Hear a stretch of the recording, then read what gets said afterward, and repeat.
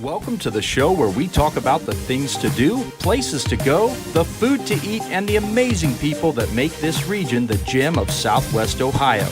Oh yeah, and maybe a little real estate too. Welcome to my town. Welcome to Living Loving Dayton.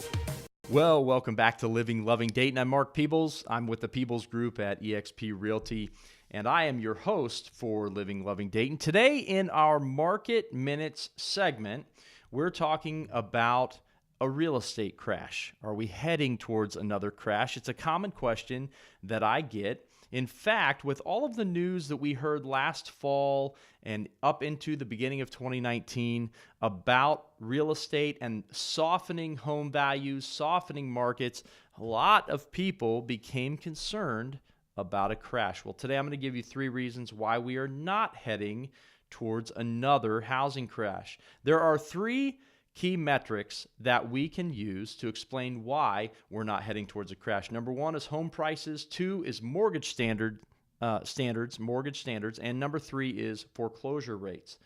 So let's talk about home prices. A decade ago, home prices depreciated dramatically. They lost about 30%. It was 29% nationwide over a 4-year period. That was from 2008 to 2011. But today, prices are not depreciating. In fact, the level of appreciating is slightly decelerating. So home values are no longer appreciating annually at a rate of 6 to 7%. However, they have still increased by more than 4% over the last year. The projection is that in 2019, they will appreciate 5.8%. That is still absolutely amazing. They also interviewed 100 experts on the real estate market for the latest home price expectation survey. 94% or 94 of those 100 experts said that in 2019, prices will continue to grow. Home values will continue to grow. So, that said, don't be worried about appreciation. A great side note, a great statistic to recognize is that the historic national average of appreciation rates in the United States is 3.6%, and we're expected to be at 5.8% for 2019. This is amazing. This is still great news. The other thing that has changed is mortgage standards. So many are concerned that lending institutions are again easing standards to a level that helped create the last bubble. However, there's proof that today's standards are nowhere near as lenient as they were leading up to the crash. So the Urban Institute's Housing Finance Policy Center issues a quarterly index which measures the percentage of home purchase loans that are likely to default. That is, they go unpaid for more than 90 days past their due date. However, HCAI indicates that lenders are unwilling to tolerate defaults and are imposing tighter lending standards, making it harder to get a loan. A higher HCAI indicates that lenders are willing to tolerate defaults and are taking more risks, making it easier to get a loan. Well, last month in their January Housing Credit Availability Index, they revealed that significant space remains to safely expand the credit box. If the current default risk was doubled across all channels, risk would still be well within the pre-crisis standard of 12.5% from 2001 to 2003 for the whole mortgage market.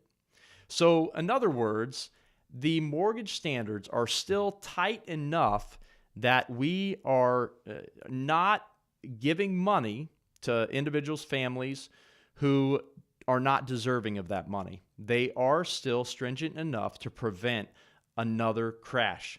The last thing is foreclosure inventory. Number one thing I get, not number one, but one of the big things I get is, hey, we want to buy a foreclosure. Well, I'm going to give you a little education here as to why it's hard to buy a foreclosure. That's because within the last decade, distressed properties, foreclosures and short sales made up 35% of all home sales. According to the Mortgage Bankers Association, they said just last week that the percentage of loans in the foreclosure process at the end of the fourth quarter of 2018 was 0.95%. That is the lowest foreclosure inventory rate since the first quarter of 1996. Folks, there are not a lot of foreclosures, not a lot of, quote, bank-owned properties out there to buy. You just don't have those options out there right now. And so that said, the number of foreclosures that we're seeing indicate to us that we are not heading towards another crash. So here's the bottom line, that using these three key housing metrics to compare today's market to the last decade, we can see that the two markets, 2008 to 2011 and today, are nothing alike. So that's today's Markets Minutes segment. I'm Mark Peebles. This is Living Loving Dayton.